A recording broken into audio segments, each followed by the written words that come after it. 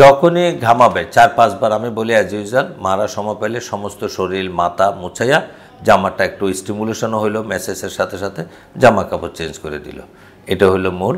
আর feeding fluid যতটুকু পায় adequately খাবে।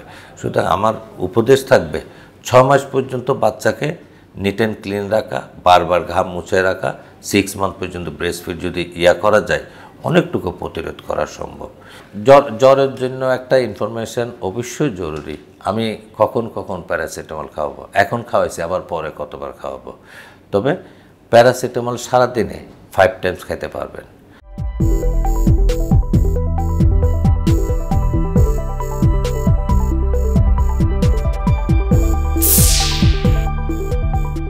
প্রথম কথা হচ্ছে ভাইরাসের উপর কারো কন্ট্রোল নাই।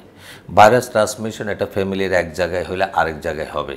কিন্তু আমরা কিন্তু মাস্কের একটা ইউজ আগে করছিলাম, সেটা করোনার ভয়াবহতা দেখে কিন্তু আমরা মাস্ক ফর এভরিওয়ান এটা আমরা ম্যান্ডেটরি করছিলাম, অফিস আদালতে ঢুকতে দিতাম না।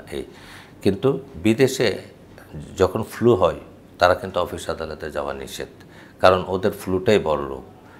কিন্তু আমরা ফ্লুটারে খুব ক্যাজুয়ালি নিই। কিন্তু এটাও একটা যখন ভাইরাস, এটাও কিন্তু ড্রপলেটের মাধ্যমে ছড়ায়। এখনও আমরা কিন্তু হ্যান্ড স্যানিটাইজেশন এবং মাস্ক এসব জিনিসের আবারও প্রয়োজনীয়তা দেখা দিয়েছে। আমাদের করোনার মতো সিভিয়ারিটি না হোক, কিন্তু বাচ্চারা কাশলে মা বাপ অস্থির হয়ে পড়ে এবং এটার তীব্রতা এত বাড়তে থাকে, কাশতে কাশতে কাশতে কাশতে অনেক সময় ব্লিডিং হয় গলা থেকে, ছোট ছোট ভেসেলগুলো টিয়ার হয়ে পড়ে। সুতরাং মাস্ক এবং হ্যান্ড স্যানিটাইজার এটা হলো মূল। আর বাচ্চারা, আমি সবসময় বলি বাচ্চারা যে বারবার ঘামে, শুকনা কাপড় দিয়া ভিজা কাপড় ইউজ করলেও আবার শুকাই দিতে হবে।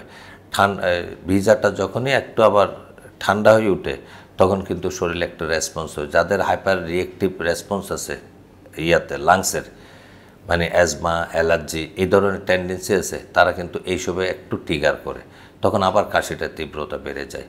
ভাইরাসের একটা প্রবণতা আছে এবং হ্যান্ড স্যানিটাইজার প্রতিরোধ, মাস্ক ইউজ করা। আর সবচেয়ে মূল্যবান হলো যে ব্রেস্ট ফিড বেবিরা যারা, দে আর অ্যাভিড বেনিফিটেড। কারণ নন ব্রেস্ট ফিড বাচ্চাদের একটু কাশিও বাড়তেছে, একটু ডায়রিয়ার প্রবণতাও বেড়ে যেতেছে। সুতরাং আমার উপদেশ থাকবে 6 মাস পর্যন্ত বাচ্চাকে নিট অ্যান্ড ক্লিন রাখা, বারবার ঘাম মুছে রাখা, 6 মান্থ পর্যন্ত ব্রেস্ট ফিড যদি করা যায় অনেকটুকু প্রতিরোধ করা সম্ভব। যখনই ঘামাবে 4-5 বার আমি বলি অ্যাজ ইউজুয়াল মারা সময় পেলে সমস্ত শরীর মাথা মুছাইয়া জামাটা একটু স্টিমুলেশনও হইলো মেসেজের সাথে সাথে জামা কাপড় চেঞ্জ করে দিল। এটা হলো মূল। আর ফিডিং ফ্লুইড যতটুকু পায় অ্যাডিকুয়েটলি খাবে।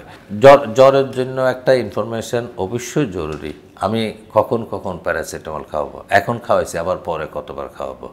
তবে প্যারাসিটামল সারাদিনে 5 টাইমস খেতে পারবেন। তো এখন 1 ঘন্টার ভিতর আপনি প্যারাসিটামল খাইলেন, সেটা যদি 102-এর নিচে হয় সিরাপ দিয়ে, 102-এর উপরে হলে সাপোজিটরি। মারা জিজ্ঞেস করে কতবার সাপোজিটরি দিতে পারবো। যাদের মুখের আলসার আছে, লিভারে প্রবলেম আছে, তারা কিন্তু 5 টাইমসও প্যারাসিটামল দিতে পারি। একটা আনইউজুয়াল জিনিস আনইউজুয়াল রুটে যখন ইউজ করায় তখন একটা প্রয়োজন ভিত্তিতে একটা নির্দেশিকা থাকে আর কি, 102 হলে দিয়েন।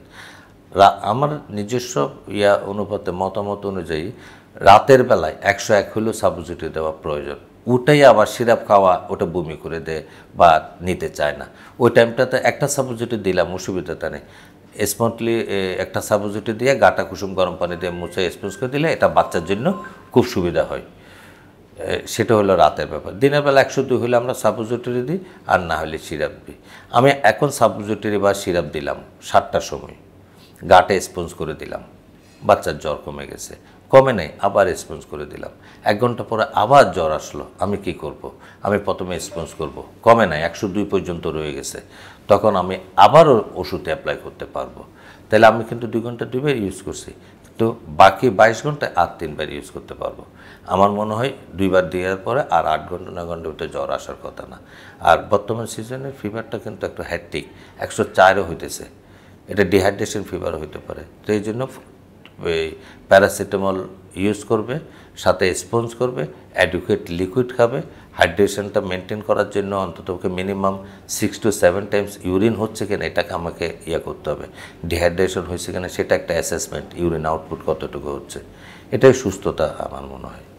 পৃথিবীর অনেক দেশে এই ইনফ্লুয়েঞ্জার জন্য ভ্যাকসিন আছে, ওরা প্রতি ইয়ারে এক একটা ইনফ্লুয়েঞ্জা ভ্যাকসিনের এক একটা স্ট্রেন দেখে বাইর করে ওটুই বছরের জন্য হয়।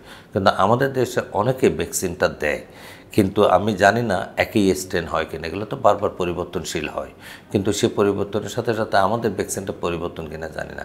আমরা দিতেছি আগের স্ট্রেন পরের স্ট্রেন, যতটুকু বেনিফিটেড হয় না এটা এখনও জানি না, তবে দেয়, অনেকে বেনিফিটেড হয় অনেকে হয় না। কিন্তু সে জায়গা থেকে তো আমাদের তো ভ্যাকসিনকে সার্বজনীন করা যায়নি।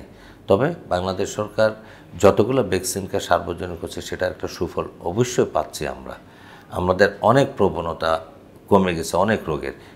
সেই সাথে ভাইরাসের ভ্যাকসিনটা যদি আমরা সার্বজনীন করতে পারি বাংলাদেশ গভর্নমেন্টের মাধ্যমে, হেপাটাইটিস এর ভ্যাকসিনটা যদি সার্বজনীন করতে পারি, আমরা রোগের প্রকোপ আরেকটু কমে যাবে বলে মনে করি।